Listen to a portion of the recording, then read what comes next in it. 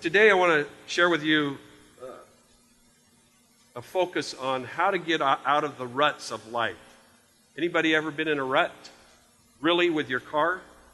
One time I was driving in New England. I was there for a summer program at Atlantic Union College. This was after I was married and I was after I was married and I didn't have any kids. So we were driving down, it was in the summertime, we were driving down a street, and we wanted to go to a famous place in between South Lancaster and Clinton, Massachusetts, called John's Pizza. Everybody went there because it was the best pizza around. So they had done some work on a street, and then there was a big parade going through town, and so we had to take a detour. I took a detour, and I was driving a 1963 Chrysler New Yorker. Anybody remember what those look like? They're boats, right? So I'm driving this Chrysler New Yorker, and the street that I went on, I don't know what they were doing, but they had this big hump of dirt. I mean, it was probably this high. You had to go up and then go down. The problem was the car was longer than the top of the hump. I got up, boom, and it stuck right there. Now, that isn't technically a rut, but I tell you, it was a challenge getting that thing off of there. And the fire trucks and tow trucks, they were all in the parade, so I had to wait a while. The problem with ruts is you get stuck. You're not moving anywhere. And the problem with spiritual ruts is that we may think we know a lot, but if nothing's happening in our life and we're not applying God's word, then we're in trouble. Look at this verse in James 1:22. Do not merely listen to the word and so deceive yourselves. Do what it says. And he goes on in James 1 to talk about how the word of God is like a mirror. So how many of you looked in the mirror this morning? How many of you know that you've seen someone today that should have looked in the mirror? No, you don't have to raise your hand. You know, a mirror doesn't tell you what you want it to. You know, we have mirrors and we have lighting that puts the best glow on our faces. But the truth is, a good mirror is going to tell you what is, not what you wish. I know because I look in one every morning. And my wife gets up before I do. And so when I get up, I go in, and usually, you know, a few times I've done it without looking in the mirror, but I look in the mirror now because my hair is really a mess, the little that's left. And so I wash my face and I brush my hair so that when I go into her sewing room and she says, "You scared me," it won't be because of my face, it'll just be because of my presence.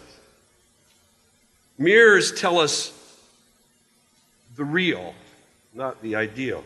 They help us know what the problems are. And knowledge by itself, people say knowledge is power. Well, not really. Knowledge is only power if you leverage that knowledge, if you use that knowledge to make a difference, to change or to make some kind of difference in your life. Only if you do something about it is knowledge power. So we all need to take action in our lives, right? Every one of us do. But in order to take action, you got to have traction. I debated whether I would bring a prop for you today, but then I thought, well, it probably won't bring a good aroma in the church. I have a tire sitting by the side of my house that my wife is wanting me to get some traction on for probably 3 or 4 years. And it's not really stuck in a rut, it's just stuck on the side of my house. So I thought I'd bring the tire here to illustrate, you know, a car tire has tread on it. And the way that a car moves forward is that tread, you know, goes against the pavement and it propels the car forward. Someone has said, or a definition of traction is maximum frictional force between two surfaces without slipping. Another story from New England, it was after that summer, actually. We had started school in the fall, and then we went down to Florida to pick up some things. Loaded up a big trailer, pulled it up north, and we pulled it north through North Carolina and Virginia and Washington, D.C., through one of the worst winter storms to hit the northeast coast in 100 years. And I was pulling it with my boat, a U-Haul trailer that was probably had 4,000 pounds in it. And they wouldn't even let me on the New Jersey Turnpike. That was as the sun was going down, and when the sun was up, it started melting the ice, all of that kind of thing. So anyhow, it was quite a trip. It was very memorable. So I got to New England, got to the school, and then finally got home after a bunch of things happened. I won't tell you right now because that'll be the subject of my devotional blog and sermons in the future anyway. But I was in the parking lot, one of the parking lots at the school at nighttime, and there had been so much freezing and ice going on that there was probably about this much ice on all of the roads. When they plowed the roads, they didn't plow the ice, they just scraped the snow off the top. So it was like being in Alaska in the wintertime. So I had parked my vehicle with my trailer, and then when I came out about 8 or 9 o'clock, I tried to pull it out, and it wouldn't go anywhere because I had all this weight behind it. And I started spinning my wheels, trying to get it to move, but it wouldn't move.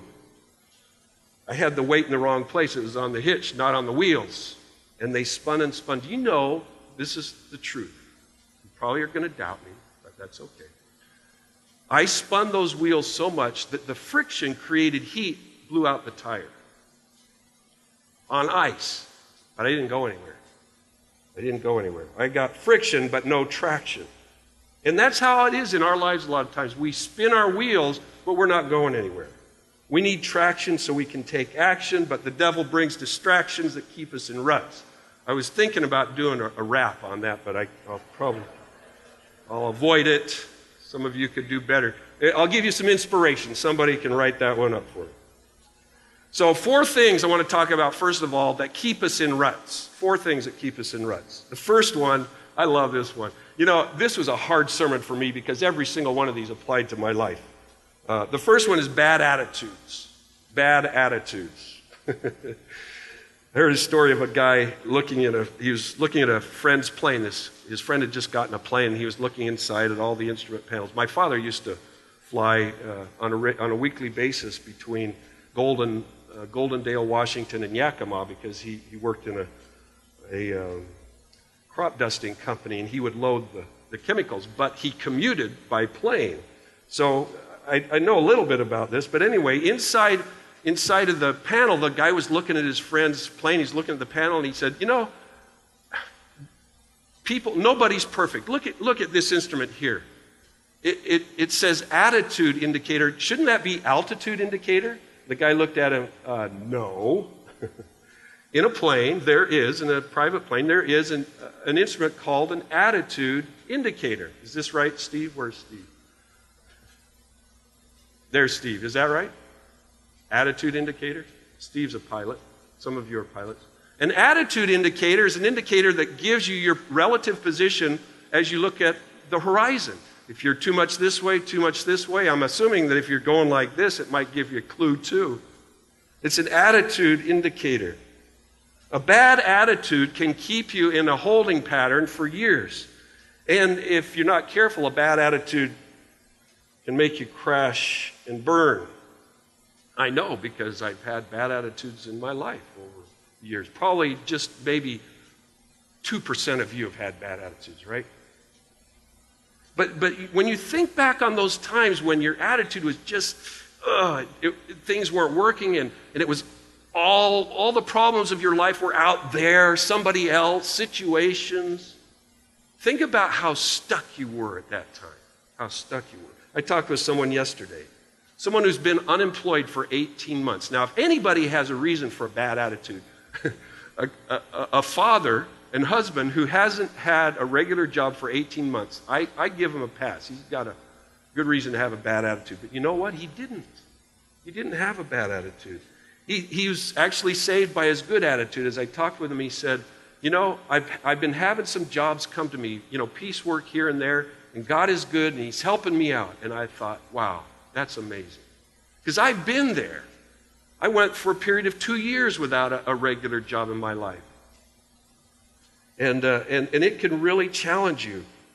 I remember talking with Pastor Tom. Last Sunday we said goodbye to Pastor Tom and Kay. And I'm hoping somebody will check up and make sure they actually did go to Santa Monica. But Kat was here playing keyboards with us.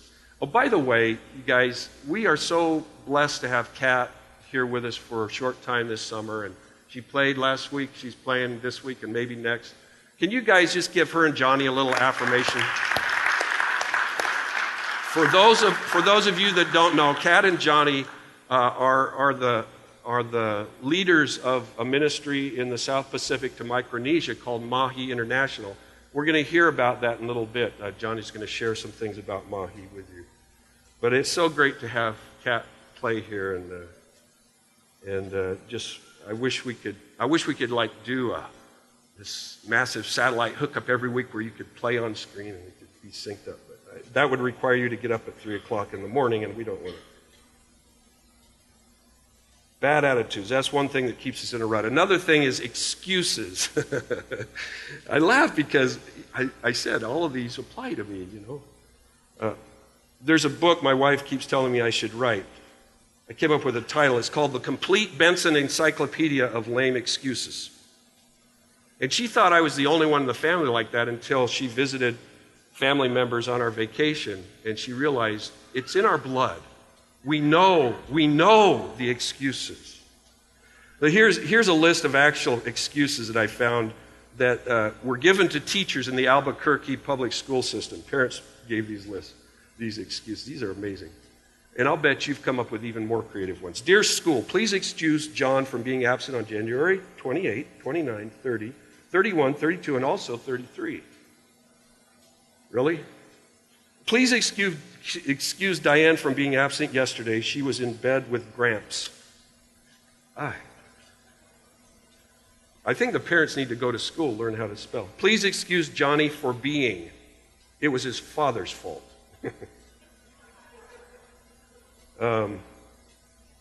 John has been absent because he had 2 teeth taken off his face.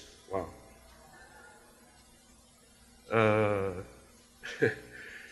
I don't know if I should. Oh, okay, I'll read this one. Carlos was absent yesterday because he was playing football. He was hit in the growing part. Well, a young boy, all of him is growing, so it wouldn't matter where he got hit. Please excuse Joyce from PE for a few. I should actually read these before I put them in my sermon, should I? They come off the internet. Please excuse Joyce from PE for a few days. Yesterday she fell off a tree and misplaced her hip. How do you do that? Someone has said excuses are the nails used to build a house of failure. I like that. Excuses are nails used to build a house of failure. As long as I come up with excuses, I'm not going to be able to get any traction or momentum in my life because I'm always going to be able to justify why I'm not doing something. Excuses are distraction. They keep us in ruts. Oh, and then this next one. This is probably I should have had a second middle name. Procrastination. That's really, really getting personal. As I've had to say many times when accused of being a procrastinator, I resemble that remark. You probably said the same thing. There's another book that Diana wants me to write. 1,000 Ways to Put Off Anything or Anyone. That would be an easy one. That would be, I don't know if it would sell, but it would be easy to write. I might write it someday, maybe tomorrow. Procrastination is built on the pleasure-pain principle. You know, we're drawn to things that feel good, right? Those are the things we want to do. And the stuff that we perceive in our minds as not being all that pleasurable, but being painful, those are the things we want to avoid. Ice cream is good. Let's eat it. Many of you did last Sunday. Some of you ate a lot of it. Exercise is painful. I don't do it. My wife says I'd rather go on a cruise than to exercise. No, she didn't say that, but some of you know her and you know that boats and her don't mix, but she doesn't like to exercise. I don't really like to do it either, and you can see the result. It was so interesting to me last Sunday when we were showing the slideshow of Tom and Kay over the years, and there were pictures of a younger North Hills staff.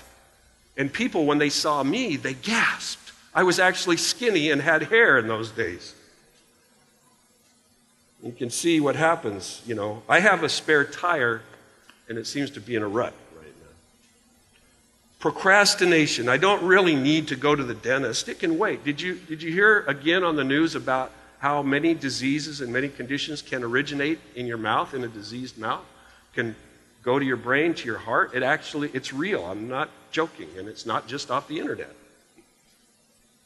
We don't have to work on our will right now, do we? We're not dead yet. Well, you know, don't wait till you're dead to work on your will. I'll go to Celebrate Recovery next week. I know I need to lose weight, but I'll start walking tomorrow. Procrastination keeps us in a rut. It's another distraction the devil brings to us. And then a fourth one is busyness. Busyness. The need to appear that we're busy. How many of you know somebody who says they're busy, but you know they're not? You don't have to raise your hand. You know, society demands that we're busy all the time because it's so wrong to appear to be lazy. So people say, I am so busy, because they don't want people to think they're lazy. But then what about all the rest of us who really are busy? If I were to ask you, how many of you are really honestly busy? I'll do it. How many of you are honestly busy? You guys are not, you're holding your hands back because you're afraid I'm going to say something bad about that. I'll raise my hand. I say that, and I am. The problem with busyness is it's the result of trying to do it all. It's the result of just trying to do it all. The problem is you can't do it all. You just can't. And so we're always faced with the choice of doing, you know, sometimes we think, well, we shouldn't do all the bad things. We clear those out of our lives, although we still struggle with them, and that can be a rut as well. But what about the good things? You know, you can't do even all the good things. I might want to do 10 things, but I might only have time to do 1 or 2. You have to make a choice between what's good and what's best, right? What's most important in your life? There's no virtue in being busy. Just ask Martha in the Bible. She was so busy, and she came and complained to the Lord. And I just wonder, I wish I could have been there. I would love to have heard the tone of her voice. You know, Jesus, Master, my sister isn't helping. Anyway. There's no virtue in being busy. The question is, are you being effective? Are you getting traction? Do you have momentum in what you're doing? When I was, my first district as a pastor, first church as a pastor, was in Myrtle Beach, South Carolina. That was just a horrible place, you know, to have my first church. Beach every other day, you know. We have to have a youth outing today. Oh, let's go to the beach, you know. It was great. But the problem was that I was young, and I thought I could do everything. And so I found myself one year, brand new baby with 2 other children, 2 little children. And it wasn't just me. My wife also was in the same situation. But I was the one, you know, really spinning my wheels, you might say. Had a brand new baby. Had 2 churches. One of them was 83 miles from Myrtle Beach. I had to go to every other week and come back. All kinds of activities. We were trying to do everything. We had a ministry in the town that required everyday kind of management. It was a restaurant. Can you imagine? We were trying to run a restaurant and 2 churches and families and all that sort of thing. And I couldn't figure out why one morning I woke up and I literally couldn't move. I felt paralyzed. I was only 33 years old, 34 years old. So I went to a counselor. Actually, it was an older man and his wife who were good in counseling young couples, and told him the situation. And he literally said to me, "You're just spinning your wheels. It's like you have the brake on. You know, you're not going anywhere, and your wheels are just going like this, and you're not in a drag race. You know, there's no green light. The green light's already on, but you're going nowhere. And if you keep doing that, you will burn yourself out, and you'll be useful to no one. You'll be useful to no one. You're just spinning your wheels." Now, I want to ask you guys, what frustrates you in your lives? What are some of your frustrations? Go ahead and call them out. I want to hear what you have to say. You don't have any frustrations. That is awesome. Let's say the benediction and go home. Maybe you can teach me. I have frustrations. Wow. Forgetting the name of his favorite flower. Oh, my goodness. That's terrible. Is that all you forget, Bob? No. Sorry, I didn't mean to get personal. Who else? Driving. Traffic. Isn't that horrible? People are crazy. They make me crazy. Then I get crazy with them. Who else? Margaret. The phone ringing when she's busy. There's an app for that. It's called. What else? What else frustrates you? Yeah, that's my wife and I. She's always saying, "You are not listening to me," because she'll be talking and I'll try to finish her sentence or head her off at the pass because I know where she's going.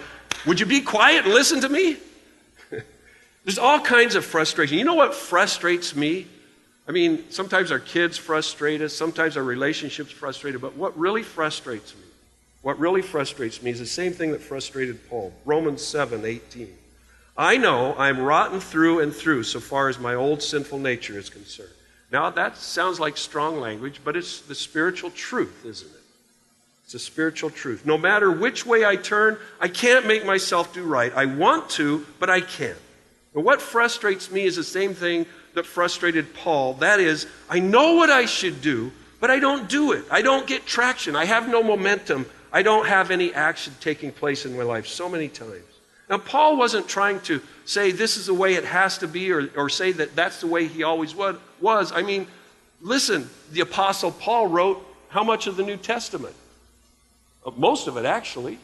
Most of the letters were written by Paul. He's such a huge figure in the growth and the development, not only of the numbers of the church, but the theology of the church. So it wasn't like he wasn't someone who was acquainted with getting things done. It's just that he realized that within himself was that potential for not being able to cope with the stuff that you knew you needed to do. So the rest of the time we're going to talk about how to get some traction.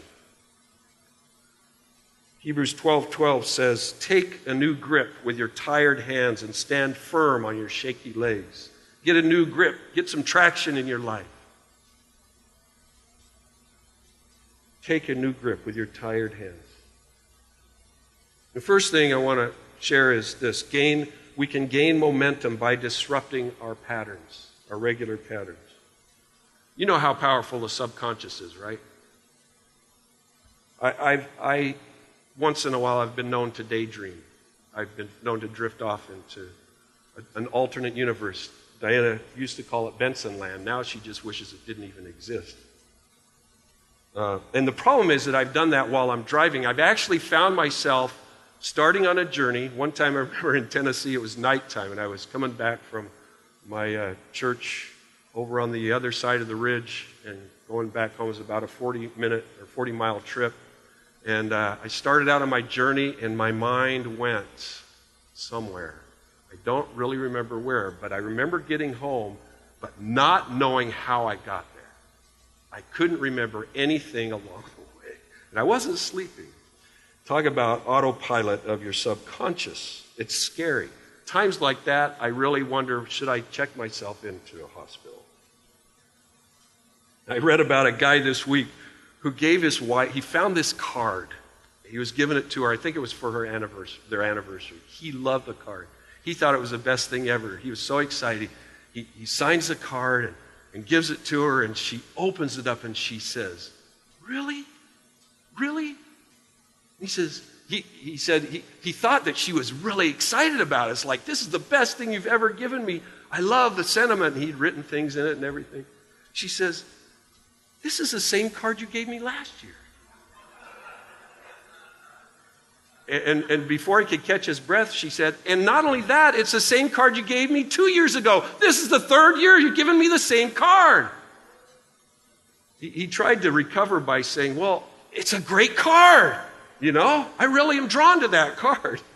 She says, "You just don't pay attention, do you?" Disrupt your patterns. Challenge yourself. Do things differently than you normally do them. Be intentional. Pay attention. I used to exercise before I was married. I remember running around the track over at Loma Linda at the Drayson Center, and I was thinner in those days. Now I don't exercise, and it shows. So I need to break my routine. I could say, well, maybe I could daydream. Maybe I'll start. I took a class in college one time. This is the truth. My first year at La Sierra, I took a class, and all we were supposed to do, this was a physical education class. We had to sit in a classroom and think about the sport that we were wanting to do. And I was involved in water polo at the time, so we were supposed to imagine ourselves successfully, putting in goals, stealing the ball from someone else, whatever you do to be successful in a sport. And that's all we were supposed to do, just dream about it, just think about it. And so they were actually measuring whether that improved your performance. Well, I can tell you when it comes to exercise, you can't just dream about it, you got to do it. So I can't just sit in the room and say, oh yeah, all those sit-ups, I'm at 99, 100. I think I'll go for another 200, It doesn't work that way. So in order to get to where you want to be, you've got to start doing something about it. And just, do 10 sit-ups, Terry. Just 10. That would be good. That would be a start. And then the next day, 11, and so forth and so on. Break the routine. Take extra steps. Don't order the same thing when you go to a restaurant. How many times, I've done this, you've done it, how many times have you gone into a restaurant and say, I'm going to order something different today? You get the menu in your hands and you look at it and go like, okay, I'm going to have the same thing I had last week. Just get in those routines. Drive to church, drive to work a different way. Do something. Brush your teeth with the left hand. That would be a disaster, but it'll challenge your brain. Do something different. Do you think, Jesus said, I came to smooth things over and to make everything nice? Not so. I've come to disrupt and confront. Because the problem with human situation is that we're creatures of habit. We get into these routines, and a lot of times those routines, they suppress what God wants to do in our life, because God's about change, isn't he? He's about positive change. He's about momentum. He's about growth. And Jesus said, I didn't come to make you comfortable. I came to challenge you. And in that challenge, if you accept it, it's going to be uncomfortable. It might even be painful for some of you. And then Romans 12:2 says, don't copy the behavior and customs of this world, but let God transform you into a new person by changing the way you think. Then you will know what God wants you to do, and you will know how good and pleasing and perfect his will really is. Don't copy the behavior and customs of this world. This world is predicated on your predictable patterns. Do you know that you driving here today, that you getting on your cell phone, that you logging onto the internet, somebody is tracking your habits and your patterns? They know what you like. They know where you live. They know how to get hold of you. They know your family. They can get on Facebook. See, you guys that are doing Facebook all the time, you are in trouble. There's so many pictures, and they can deduce from all of that stuff. And then what really bugs is when somebody tags me in a Facebook picture, because then all those guys know about me too. But just kidding.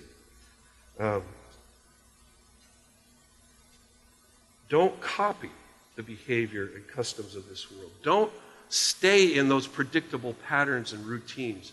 Let God show you how you should live. Let God interrupt that predictable habit that you might have. And the world is all about ruts, just keeping us where we're at, keeping us where we're at. But change requires changing. You're not gonna have different results by doing the same thing over and over and over again, right? And we've talked about it, heard about it in Celebrate Recovery. That's just the definition of insanity. You want to have something different? Don't do the same thing. Do something different. Don't start out by saying, okay, I'm going to read the entire New Testament tomorrow because I haven't been spending time with God in the Word. Well, don't do that because you're not going to do it. How about 3 verses? Just read those and let God speak to you through those.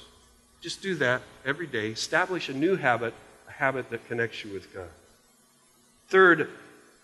A third way that we can get out of ruts is this. Rely on God's strength, not your own.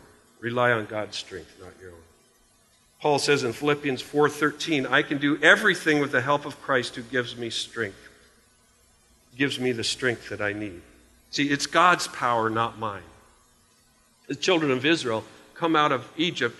They go to Mount Sinai and they escape the greatest army in the world, and they get fed and they get water and all that sort of thing, and they think things are going pretty good, and then they forget that God's the one who got them to where they were, and they spent 40 years running around the wilderness making a huge rut in the Sinai desert. Because they forgot that it was God who got them there, who was with them, and who was going to take them all the way. They thought they were under their own power. Now, I don't think that most of us intentionally leave God out of the picture. I don't, but the problem is our human nature is such that we start feeling good, and then we forget how we got to that place. And Moses even warned the people back in Deuteronomy. He says, beware when you have a great harvest and your barns are full of livestock and you have a lot of children in your household, and well, we should all be aware of that anyway, but just kidding again. Beware when things are going well for you, because what's going to happen is your heart might get soft, and you will forget God. You'll forget God. It's just human, but when we forget that it's God's power, that's what keeps us bogged down, because sooner or later, we're going to run out of steam. We're going to run out of energy. We're not going to be able to deliver. But God has endless power, and it's God's power through us. It's not about us, it's about Him. When I am weak, 2 Corinthians 12:10 says, when I am weak, then I am strong. When I am weak, then I am strong. I think a lot of people avoid small group, avoid going to Celebrate Recovery, avoid getting too close to other people because they're afraid that they'll be perceived or seen as being weak. Guess what? We are. It's okay to say, I don't have what it's got, what it takes. It's okay to say, I'm weak in this area. With Christ and with others, with the power of small groups, with the power that comes from partnering, we can make changes in our lives. Because when we connect with other people under the grace of Christ, it helps us be accountable. It helps us to learn from the successes as well as the mistakes of others. It can help us get traction in our lives. Don't think you can go it on your own. Don't think you can be alone. You can't. And people just need to be able to say with Paul, when I am weak, then I am strong. I read a saying that I think is a great saying that goes along with this. It says, the end of our own strength can be the turning point to discover the power and the might of God. The end of our own strength. When I'm at the end of my rope, when I don't know where to go, what to do, that's when God's power really can kick in. You try that and see what happens in your life. Now I want to invite John Shore to come up right now, because John and Kat are here for a short time, and Johnny called me this last week and said, I've got some footage of some of the things that have been happening in Pohnpei and Micronesia, and do you think we could show it? So we worked on it. Steve got it down for our service, and the reason I wanted him to come up at this point in the service is because Johnny and Kat are two people that haven't gotten stuck in a rut. They haven't been bogged down by procrastination once in a while, maybe, but most of how could they get to where they're going? They haven't been bogged down by bad attitudes, although I can tell you, knowing their story, there were some times when it felt to them like the entire world was against them.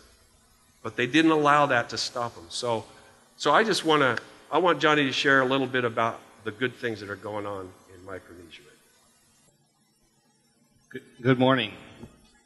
It's so good to be here today in North Hills.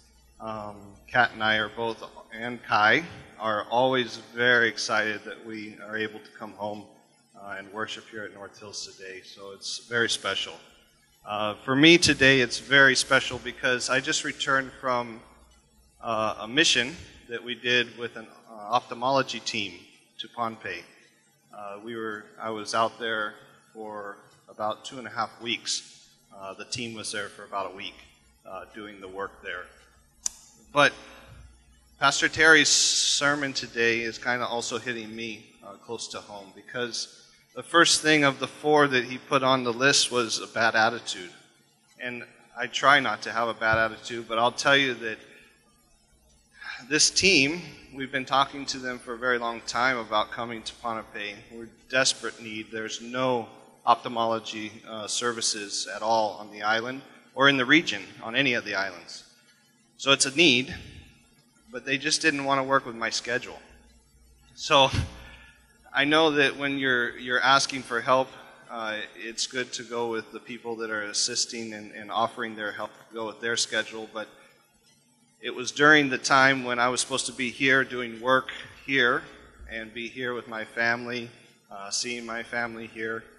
And I was having a hard time with letting go of, I had to go back and be by myself and take care of this team. And I think, long story short, it was the most amazing experience I've ever experienced in my life. And I didn't go there with the best of attitude, but once I got there, the experience changed my life. And I know that God wanted me there, and I know that God wanted me back here, because on the way back, I went through a very difficult, trying plane ride home. It took 4 days instead of 1 day, and we had 2 broken airplanes, one in the air, with an almost disastrous landing. So I'm blessed to be here with my family and all of you today. And I thank God for taking care of us and the work and being with us step by step of the way. So basically, what we did is we have approximately 250 patients right now in Pohnpei that have need for cataract surgery. We have approximately 30 of them that are completely blind in both eyes and cannot see, maybe a little light perception, and that's about it. This team, they were only able to do surgeries for 3 days while they were there this time, and they were able to do almost 40 surgeries in the 3 days. The surgeon said that there was 2 surgeons, one from the University of Utah and one from the Guam SDA Eye Clinic. And they said that they were seeing some of the largest cataracts they'd ever seen in their life. They said the cases were very difficult, but they were working from 7 a.m. till midnight every single day, doing the best they could with the very skeletal crew that they brought with them and the hands that were there to assist them in Pohnpei. So we were able to see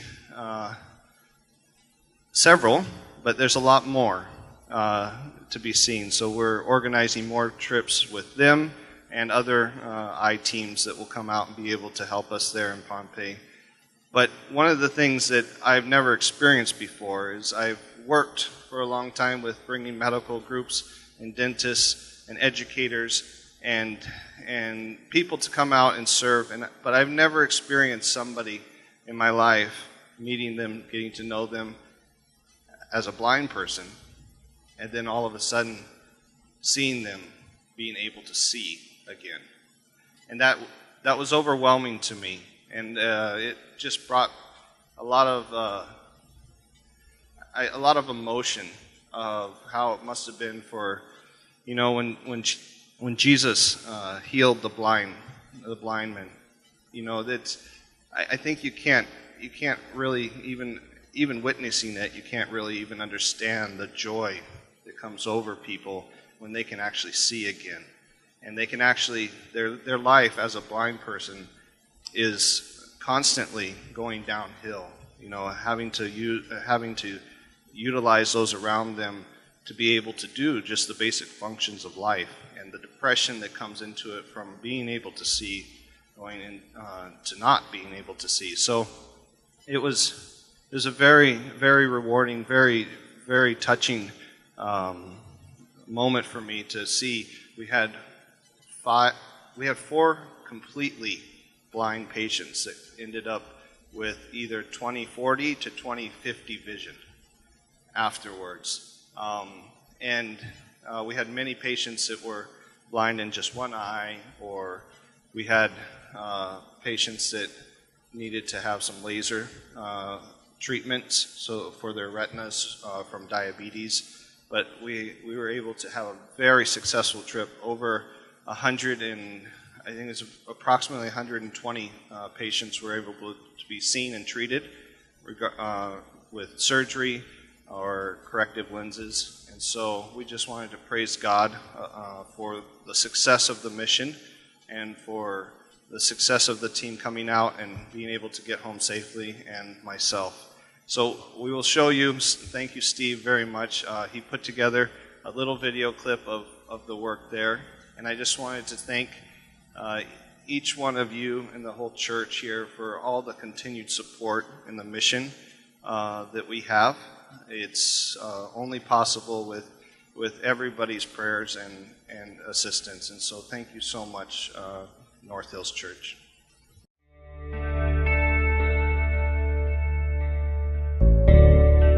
And how old is she?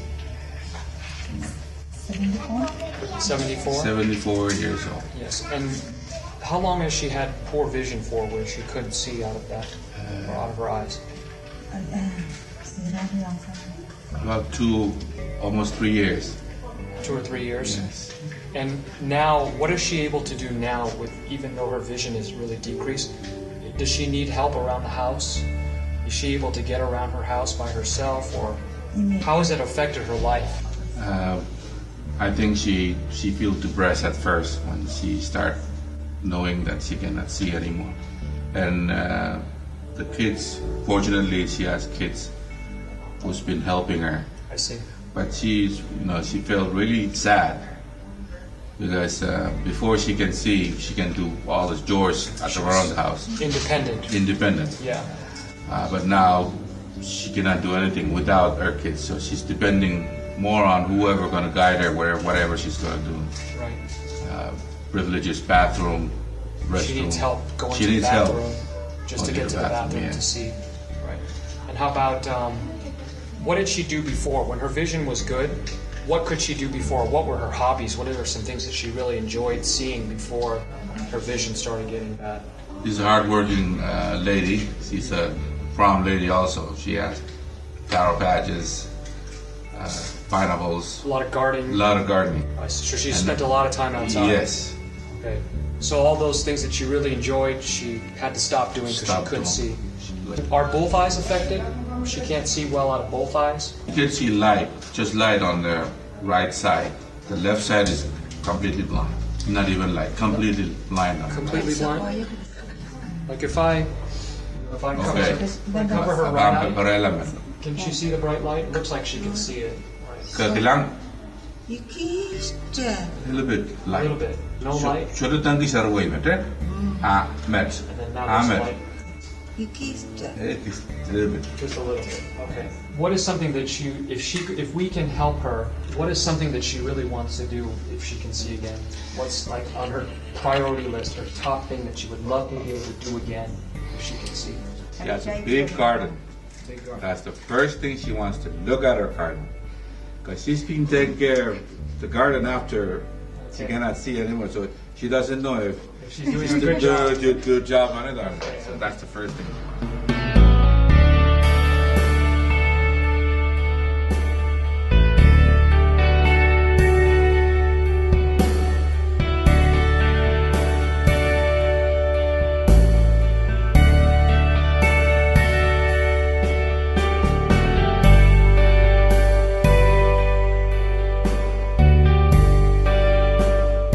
How is she feeling? She's had surgery in both eyes now. How is she doing?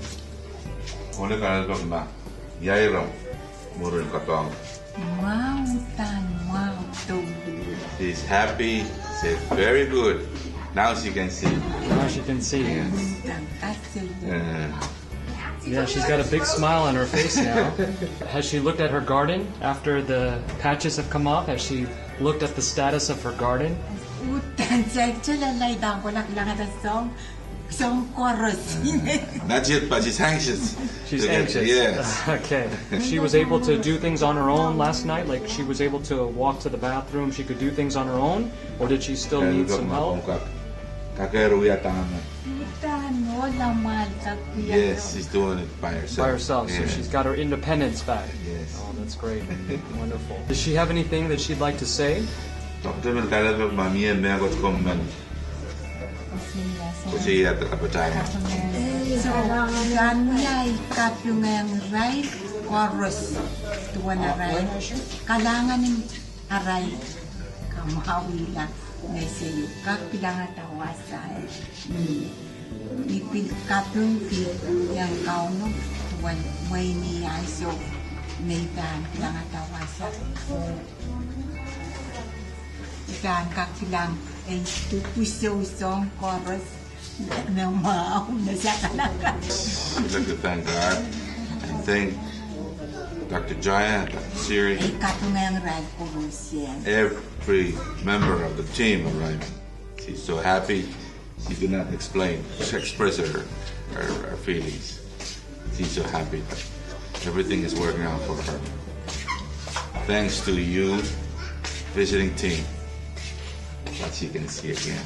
Well, thank you so much for allowing us to capture this moment of her before and after surgery and tell her we have been very blessed to take care of her and we consider it God's work to be here to do the healing. It's possible and we're so grateful that we had the opportunity to share this moment with her.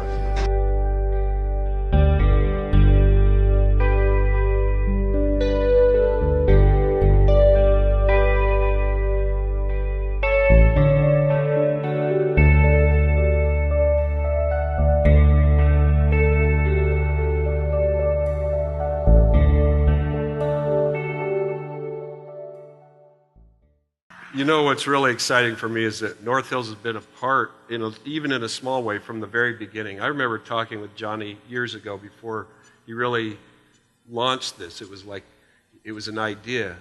And I am so thankful that he let God give him momentum.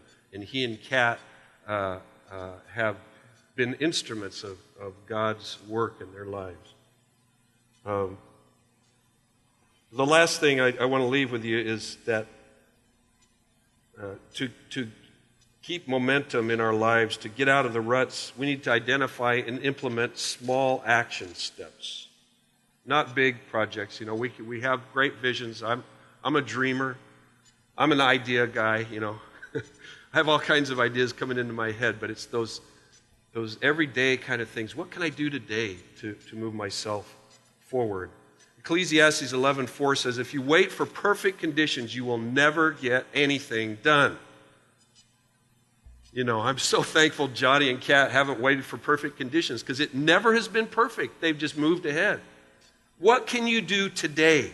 What is your short-term action plan? Yes, it's good to have a master plan, but let the master help you with a master plan and also let him tell you, what can I do today? I looked up some quotes on perfectionism. Perfectionism, Ann Wilson Schaaf says, perfectionism is self-abuse of the highest order. Whoa.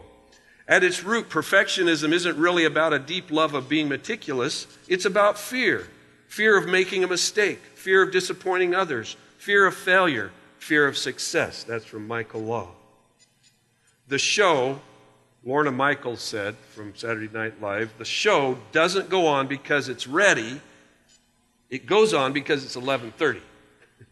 Well, you know what? In this world, it's way past 11:30. It's time for the show to go on, God's show to go on.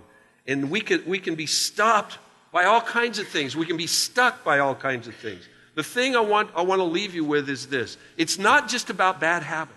It's not just about losing weight or getting better habits of relationships. What about the things that God is calling you to do? What kind of a direction is God giving you, laying out for you today? And will you be stuck in a rut and never allow God to work out his plan in your life? God is speaking to you today. As you're at a crossroads, it may be something about, should I make this choice or that choice? It may be a moral issue, but maybe God is tapping you on the shoulder and saying, I want you to go this direction. I know that's not the way the world has really been pulling you. I know that's not the way that other people have been encouraging you. But here's a dream. Here's a plan. Here's a direction that I want you to go. Will you let God give you some momentum, some movement, some traction in your life? Galatians 6:9 says this: let us not become weary in doing good, for at the proper time we will reap a harvest if we do not give up. Just bow with me in prayer just for a moment. Lord, help us to remember that it's about your power, your ability, your strength. But you want to partner with us. You hate to see your children stuck in holding patterns, in ruts that bog us down, make our lives miserable. There's so much to be done, God. And we ask that you will work through us and in us to accomplish your will.